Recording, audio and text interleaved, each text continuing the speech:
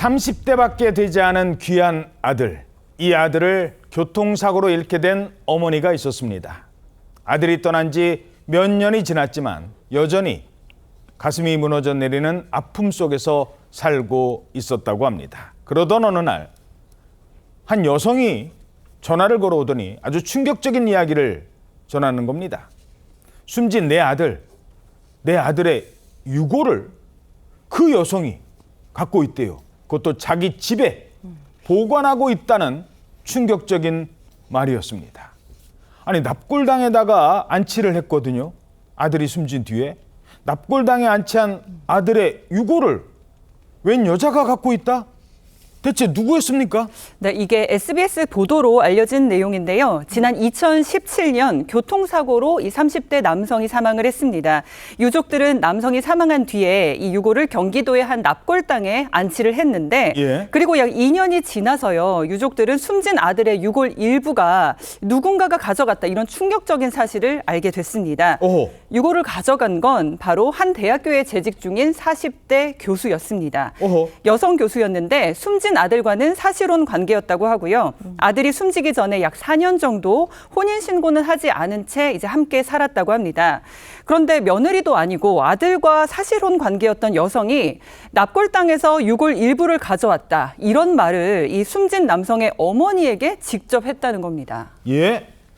아니, 며느리도 아니고, 며느리가 가져간 것도 충격적인데 며느리도 아니고 과거에 내 아들과 동거를 했다는 어떤 여성이, 그것도 뭐 교수라던데, 갑자기 내 아들의 유골을 가져갔다고요?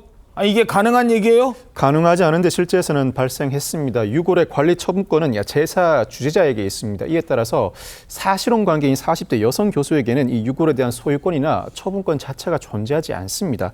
그런데 납골당 측에 따르면 자신이 고인의 아내라고 해서 이 관계자가 유골함을 열어줬다고 하는데, 추정컨대는 유족들의 편의를 위해서 열어주는 절차는 비교적 간이하게 진행한 것 같습니다. 만약 그렇다면 가져가지는 않게 감시 조치가 이루어졌어야 하는데, 즉 모든 유족이 이 유골의 소유권과 처분권을 보유하지 않기 때문입니다.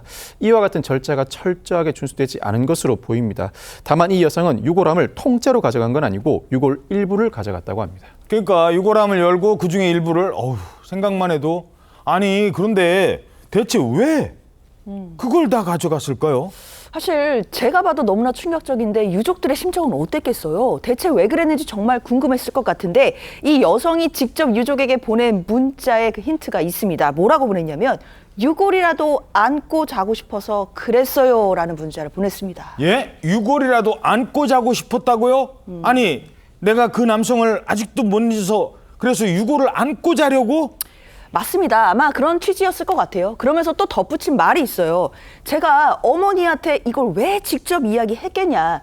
칭찬을 받을 줄 알았다, 이런 말까지 덧붙인 겁니다. 칭찬받을 줄 알았다? 그렇죠. 아마도 이제 뭐 추측컨대 유골을 갖고 올 정도로, 그리고 그 유골을 안고 잘 정도로 숨진 아들을 그리워하고 있다라는 사실을 알리면 고인의 어머니가 본인을 칭찬해주지 않을까, 뭐 이렇게 생각을 했다라는 건데요. 다소 이해하기 어려운 말을 이 여성이 했다라는 것이 보도 내용입니다.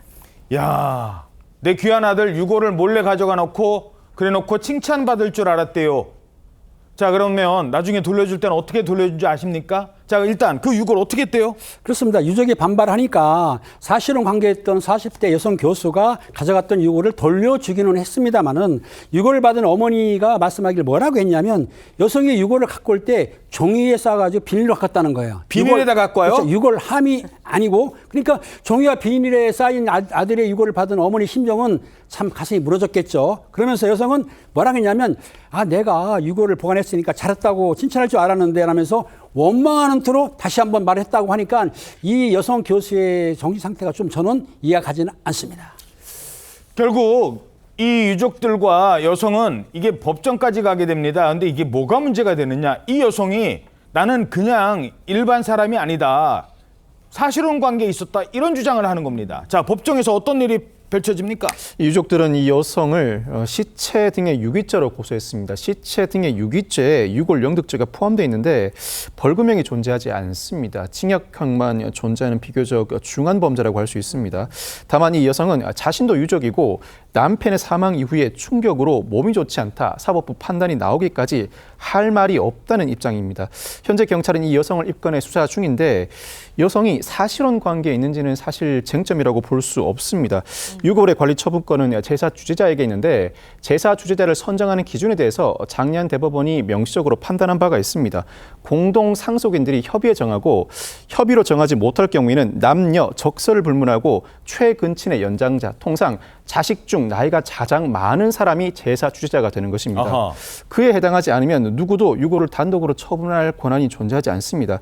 죄가 성립하면 명백하고 다만 이 죄 자체가 사회 일반의 종교 감정을 보호하기 위한 죄인 만큼 이 여성이 어떠한 동기로 이와 같이 유골을 영득했고 나아가 이 유골을 어떠한 형태로 보존해 왔는지를 전반적으로 살펴 양형을 따져야 할 사안으로 보입니다. 예.